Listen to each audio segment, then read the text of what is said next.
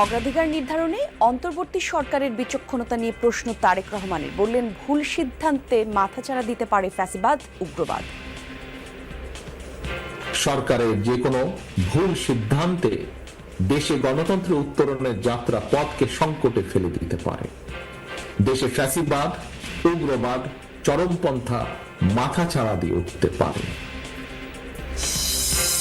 ৩ August শহীদ মিনারের সমাবেশের মধ্য দিয়ে শেষ হবে এনসিপির পদযাত্রা। এর আগে জুলাই সনদ বাস্তবায়নের দাবি সারা দেশের মানুষকে ঢাকায় আসার আহ্বান।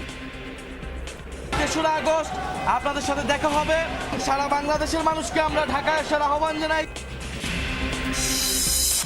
২৪ জুলাইয়ের শেষ দিনে কারফিউ ভেঙে শিক্ষার্থীদের সাথে আইনজীবী সহ সব মত পথের মানুষ নেমে আসে এক কাতারে।